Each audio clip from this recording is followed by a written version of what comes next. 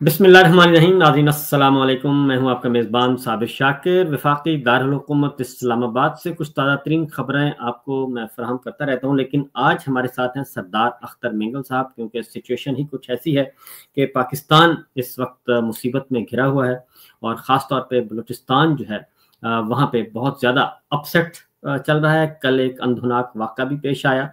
اس ساری صورتحال میں سردار اختر مینگل صاحب سے بہتر کوئی اور شخصیت ہو نہیں سکتی تھی میرے نزدیک، کہ جن سے ساری صورتحال معلوم کی جائے اور معاملہ کہاں خراب ہے اور اس کا حل کیا ہے، اور یہ سارے صورتحال کا ہم جائزہ لیں گے. السلام علیکم سر. وعلیکم صاحب. اچھا سر، یہ بتائیے گا کہ سب سے پہلے تو آپ کا بہت بہت شکریہ کہ آپ نے وقت دیا. اور بلوچستان کل اتنا بڑا واقعہ ہوا، اور D G I S P R 24 گھنٹے بعد آتے ہیں اور وہ کہتے ہیں کہ جناب آپریشن کامیاب رہا، اور شدت پسندوں کو، دہشت گردوں کو مار دیا گیا، اور تمام مسافروں کو رہا کروا لیا گیا، اور اس آپریشن کو وہ کامیاب آپریشن کا نام دے رہے تھے. تو سب سے پہلے تو آپ کے پاس جو معلومات ہیں، کیونکہ کچھ چند دن پہلے ہی آپ کی جماعت کے ساتھ بھی ایک فسطائیت والا رویہ اختیار کیا گیا، اور ہم نے بھی آواز اٹھائی، اور آپ بھی وارن کرتے رہے. پھر آپ سب سے پہلے سیاستدان ہیں جو کہ قومی اسمبلی کو اس وقت چھوڑ کے جا چکے ہیں. تو معاملہ کیا ہے؟ صاحب کہتے ہیں نا کہ جی D G S P R نے جو آپ نے کہا اس میں بولا کہا ہے کہ جی آپریشن کامیاب رہا. یہاں پہ آپریشن تو ہمیشہ کامیاب رہتے ہیں، لیکن مریض ہمیشہ مر جاتا ہے. میرے خیال میں اگر ان چند ایک سالوں کو آپ لے لیں، جو بڑی بڑی ان کی چھاونیاں ہیں ان پر اٹیک ہو چکے ہیں. لسبیلا کہ جو ایس سی کا جو کیمپ تھا اس پر اٹیک ہوا، اس میں تقریباً 100 سے زیادہ ان کے جو ایف سی کے جوان وہ مارے گئے. ملیٹنٹس تو وہ تو جان ہتھیلی پہ لے کے آتے ہیں، وہ تو مرنے کے لیے آتے ہیں نا. جس انداز میں وہ اٹیک کرتے ہیں، یا خودکش یا خود فدائین کی شکل میں، وہ تو نیت سے مرنے کے لیے آتے ہیں، وہ اپنے آپ کو بچانے کے لیے نہیں آتے. اسی طرح پنجگور میں ایف سی کیمپ پر حملہ ہوا، نوشکی میں ایف سی کیمپ پر حملہ ہوا، بولان میں کئی گھنٹوں تک، اس سے پہلے جو نا کئی گھنٹوں تک آپ کی جو شاہراہ ہے کوئٹہ ٹو سبی، وہ ان کے کنٹرول میں تھی، یہاں تک کہ وہ جیل پر حملہ بھی کرنے والے تھے لیکن پھر واپس ہو گئے. زیری تحصیل میں پولیس چوکی پر حملہ ہوا، پولیس اور لیویز کے ہتھیار لے لیے گئے. ابھی میرے خیال میں 4-5 دن ہی ہوئے ہوں گے. ڈسٹرکٹ خزار کے ایک اور علاقے، زیری کے علاوہ ایک اور علاقہ ہے اورناچ، وہاں پہ بھی لیویز اور پولیس کے چوکیوں پر حملہ کر کے ان کے ہتھیار چھین لیے گئے، اور ان چوکیوں کو جو نظر آتش کر کے ان کی گاڑیاں بھی نظر آتش کر دی گئی. تو مجھے حیرانگی D G S P R پر، تو یہ وہی D G S P R تو نہیں ہے جو ایسٹ پاکستان کے وقت میں میرے خیال میں 15 دسمبر تک یہ کہہ رہا تھا کہ جی ہم جنگ جیت رہے ہیں. اور جنگ جیتتے جیتے جو ہے نیازی صاحب اپنی 90,000 فوج کے ساتھ انہوں نے سرنڈر بھی کر لیا. یہ وہی وہ ہے D G S P R ہے جو صرف اس نے اپنا روپ بدلا ہوا ہے، لیکن لب و لہجہ اور مائنڈ سیٹ وہی ہے، اس میں کوئی تبدیلی نہیں آئی. اور نہ ہی میں سمجھتا ہوں کہ ایسے آپریشنوں سے بلوچستان کا مسئلہ حل ہو سکتا ہے. روز اول سے آپ دیکھیں بلوچستان میں 1948 سے آپریشن شروع ہو رہے ہیں. 1952 میں پھر دوسرا آپریشن ہوا، پھر 60 کی دہائی میں پھر ایوب خان کے دور میں آپریشن ہوا، پھر ذوالفقار علی بھٹو کے دور میں 70s میں آپریشن کیا گیا، جنرل مشرف کے دور میں جو آپریشن سٹارٹ ہوا تھا وہ ہنوز جاری ہے.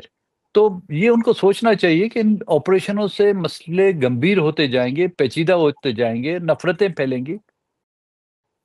اور یہ آپریشن کے جس کو وہ کامیابی کہتے ہیں صابر، ان کی نظر میں وہ کامیابی ہے، لیکن ہمارے نزدیک وہ بلوچ جینوسائیڈ ہے، بلوچ نسل کشی ہے.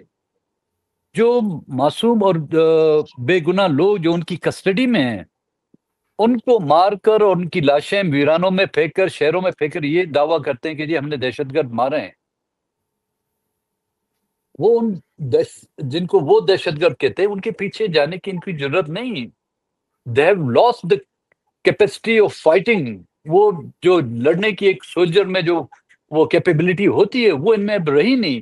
اس کو بالکل اس فوج کو ایک کمرشل فوج بنایا گیا ہے جو الیکشن مینیور کر کے وہاں سے ایم پی ایس کسی کو بنا کے کسی کو ایم این اے بنا کے کروڑوں روپے لیتی ہے، یا کسٹم کے ان کو اختیارات دے کر کسٹم کی نگرانی میں جو ہے نا وہ تیل یا اسمگلنگ کی چیزوں سے جو ہے وہ پیسے کماتے ہیں۔ اب وہ میں وہ لڑنے کی ضرورت نہیں، بس ہاں یہ جو کسٹڈی میں ان کے پاس ہے ان کو ٹارچر کرنا اور ان کو مار کے ان کی لاش پھینکنا، یہی ان کا وتیرہ ہے اور یہی ان کا وتیرہ ہے۔ اچھا سر، یہ بتائیے، یہ اتنا کچھ ہو رہا ہے، اس میں بلوچستان پہ ملٹری ڈکٹیٹرز کے دور میں بھی آپریشن ہوئے اور سول حکمرانوں کے دور میں بھی ہوئے۔ بلوچستان کیوں ٹارگٹ ہے؟ کیا وجہ ہے؟ مسئلہ کیا ہے؟ دیکھیں، وہ کہتے ہیں نا کہ جی پہلی اینٹ اگر ٹیڑھی رکھی جائے تو وہ مینار ٹیڑھا ہی رہے گا۔ ایک وہ مائنڈ سیٹ ہے، کیونکہ یہ حقیقت ہے، کوئی ہمیں شاید پاکستان کے نصاب کی کتابوں میں وہ تاریخیں ہمیں تو صرف ٹیپو سلطان، محمود غزنوی، بابر غوری کی تاریخیں پڑھائی جاتی ہیں۔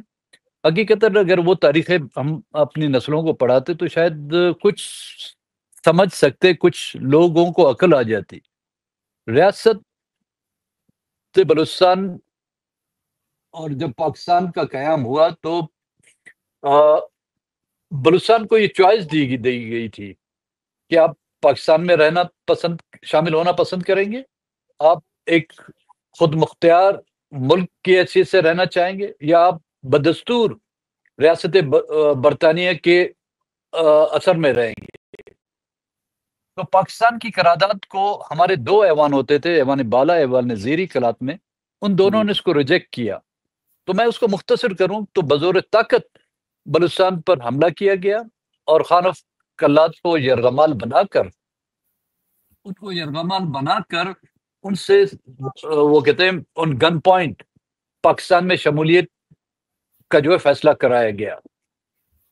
اب یہ وہی مائنڈ سیٹ ہے، وہ ابھی بھی یہ سمجھ، حالانکہ ہونا تو یہ چاہیے تھا، چاہے آپ نے بزور طاقت ان کو شامل کیا، لیکن دوسرا جو اسٹینڈ سٹل معاہدہ جو ان کے ساتھ کیا تھا خان آف کلات کے ساتھ، کہ کچھ دنوں کے بعد کراچی میں ایک میٹنگ ہوگی، اس میں معاہدہ ہوگا کہ بلوچستان ایک خود مختار ریاست کے طور پر اس کو ٹریٹ کیا جائے گا۔ لیکن چونکہ اس وقت بلوچستان کے لوگوں نے ریزسٹ کیا، اور اس ریزسٹنٹ کی سزا ہر دور، چاہے وہ سول حکومت ہوئی ہے چاہے فوجی ڈکٹیٹر ہوا ہے، انہوں نے بلوچستان کے لوگوں کو اس جرم کی سزا دی ہے کہ آپ نے کیوں اپنی آزادی کی بات کی، آپ لوگوں نے کیوں اپنی خود مختاری کی بات کی، کیونکہ اس ملک میں آزادی اور خود مختاری لفظ جو ہے وہ گناہ کبیرہ ہے۔ اس کی مثال، واضح مثال آپ لوگ ہیں، جو جرنلسٹ حق و سچ کی بات کہتے ہیں ان کو جب بخشا نہیں جاتا، جن جرنلسٹوں نے اگر بلوچستان کے ایشو کو ریز کیا ہے، یا تو ان کو تھریٹ آتے ہیں، یا ان کے بچے اٹھا لیے جاتے ہیں، یا ان کو خود جو ہے مسنگ پرسن کی لسٹ میں شامل کیا جاتا ہے۔ تو آپ خود سوچیں، جو ہماری آواز اٹھاتے ہیں ان کا یہ حال ہے تو ہمارا حال کیا ہوگا؟ اس میں سر آپ کی باتیں بالکل صحیح ہیں، درست ہیں، اور افسوس بھی ہوتا ہے۔ یہ بتائیں کہ جتنی بھی وہاں پہ بھی بلوچستان میں زیادہ دور نہ بھی جائیں تو پرویز مشرف صاحب کے زمانے سے آنورڈ وہاں کی جو ریئل پولیٹیکل پارٹیز ہیں اور ان کو آہستہ آہستہ ختم کیا جا رہا ہے، اور ان کی جگہ پہ ایک باپ پارٹی بنائی گئی اور اس کو پروموٹ کیا جا رہا ہے۔ تو اس سے کیا کوئی فرق تو نہیں پڑ رہا؟ اور یہ بھی آپ ذہن میں رکھیے کہ بلوچستان میں اس وقت بہت زیادہ معدنی ترقی ہو رہی ہے اور بہت زیادہ منرلز ہیں، ریکوڈک کا منصوبہ ہے، دوسرا منصوبے ہیں، سی پیک ہے۔ بلوچستان اس وقت پاکستان کا دل ہے۔ تو اس ساری چیزوں کے ہوتے ہوئے یہ احساس کیوں نہیں ہو رہا کہ بلوچستان اگر پرامن ہوگا، خوشحال ہوگا تو پاکستان ترقی کرے گا؟ کیا وجہ ہے؟ کیا ایلیمنٹس ہیں اس میں جو ہمارے جو انسرجنسی چل رہی ہیں ان کا کتنا قصور ہے، اور ہمارے اسلام آباد والوں اور راول پنڈی والوں کا کیا قصور ہے؟ عامر بھائی دیکھیں، روز اول سے جن ہمارے اکابرین نے بلوچستان کی آواز اٹھائی ان میں میر واس بزنجو، صدر عطا اللہ مینگل، نواب اکبر خان بگٹی، نواب خیربخش مری، وہ صف اول کا رول انہوں نے بلوچستان کی قوم پرستہ سیاست اور بلوچستان کے حقوق کے لیے اٹھائی. وہ پارلیمنٹ میں بھی گئے، وہ صوبائی اسمبلی میں گئے، وہ وزیر دفاع سے وزیر اعلیٰ تک بنے. لیکن آپ نے دیکھا ہوگا کئی بار، نہ کہ صرف مشرف کے دور میں، کئی بار یہ الزام لگا دیا چند سردار بلوچستان کی ترقی نہیں چاہتے. مشرف تو واضح طور پر کہتا ہے کہ 3 سردار، مینگل، بگٹی اور مری، یہ وہ سردار تھے جنہوں نے ہمیشہ حق کی بات کہی. ان کو ہٹا کے ہمیشہ وہ کہتے تھے باقی 73 ہیں، 42 ہیں، 44 ہیں یا 420 ہیں، وہ سب ان کے ساتھ رہے اور انہی کو ٹارگٹ کیا گیا کیونکہ انہوں نے حق اور سچ اور اپنے حقوق کی بات کی. ان کو یا تو دھکیل کر پہاڑوں تک پہنچایا گیا یا ان کو مایوسی کے اس حد تک لے گئے کہ انہوں نے پاکستان کی سیاست سے جو ہے توبہ کر لی. جہاں تک آپ نے کہا کہ ریسورسز، بالکل اس میں کوئی بات نہیں. بلوچستان جانا جاتا ہے اپنے سائل اور وسائل کی وجہ سے. اگر یہ سائل اور وسائل ہمارے پاس نہ ہوتے تو بنگلہ دیش کی طرح ہمیں کب کا انہوں نے دتکار کر اپنے سے الگ کر لیا تھا. آج بھی بلوچستان کا ساحل نیلام ہو رہا ہے، چاہے چائنا کے ہاتھوں وہ نیلام کر رہے ہیں اس کو، اس کے بدلے میں سپیک کے بدلے میں انہوں نے پورے پاکستان کو آباد کیا. موٹر وے پنجاب کے ہر شہر سے آپ کو موٹر وے نظر آئے گا، لیکن ہمارے یہاں ایک سنگل روڈ تک نہیں بنا. پاور پروجیکٹس بنائے گئے ہیں دوسرے صوبوں میں، لیکن بلوچستان ابھی تک بجلی سے جو ہے محروم ہے. ابھی تک گوادر سے لے کے پنجگور سے لے کر خاران تک ہمیں ایران سے بجلی مل رہی ہے. ریکوڈیک کی نیلامی ہوئی، اس میں بھی آپ کی وہ ایلیٹ، وہ پولیٹیکل ایلیٹ جو پاکستان پر قابض ہے، ان کا بھی حصہ ہے. آپ کی وہ عسکری قوتیں جن میں بڑے بڑے نام آتے ہیں، انہوں نے بھی اپنا شیئر رکھ کر اس میں اپنا حصہ لے کر اور خاموشی سے وہ بیٹھے ہوئے ہیں. تو یہ وسائل ہونے تو یہ چاہیے تھے کہ ان وسائلوں سے اس صوبے یا اس ملک کی یا اس خطے کی ترقی ہوتی، لیکن بدقسمتی سے ہمارے لیے، بلوچستان کے لوگوں کے لیے، یہ وسائل جو ہے وبال جان بن گئے ہیں. جس طرح عراق کا تیل عراق کے لیے وبال جان بن گیا، امریکہ کو یہ موقع ملا کہ اس پر قبضہ کرے، اسی طرح لیبیا کا تیل جو ہے آئل، اس کے لیے وبال جان بن گیا اور انہوں نے باہر کے ممالک، یورپین کنٹریز میں جا کے اس پر قابض ہو گئے. تو ہماری بھی صورتحال یہی ہے. ہمارا ساحل کیونکہ گوادر اس طرح اسٹریٹجک پوائنٹ پر ہے جہاں سے درہ ہرموز، جو دنیا کا تیل، جو گلف کنٹری سے جو تیل جاتا ہے، وہ اس کی گزرگاہ وہاں سے ہوتی ہے. تو وہ ہونا تو یہ چاہیے تھا کہ بلوچستان جو ہے اس سے جو ترقی کے وہ تمام مراحل گزر پاتا، لیکن ہمیں تو اپنی وہ نکلی ہوئی سوئی گیس ہمیں میسر نہیں ہوئی ہے. جو آج میں اپنے گاؤں میں بیٹھا ہوں، میں نے آپ کو کہا تھا کہ جی ہمیں پاس بجلی نہیں ہے، انٹرنیٹ نہیں ہے، بڑی مشکل سے میں نے آپ کو وہ کر کے انٹرنیٹ پہ میں آیا ہوں. باہر اس لیے بیٹھا ہوں کہ گھر کے اندر بجلی ہمیں نہیں ہے، اس لیے میں نے بولا کچھ روشنی میں آپ کا چہرہ دیکھ سکوں اور آپ میرا چہرہ دیکھ سکیں.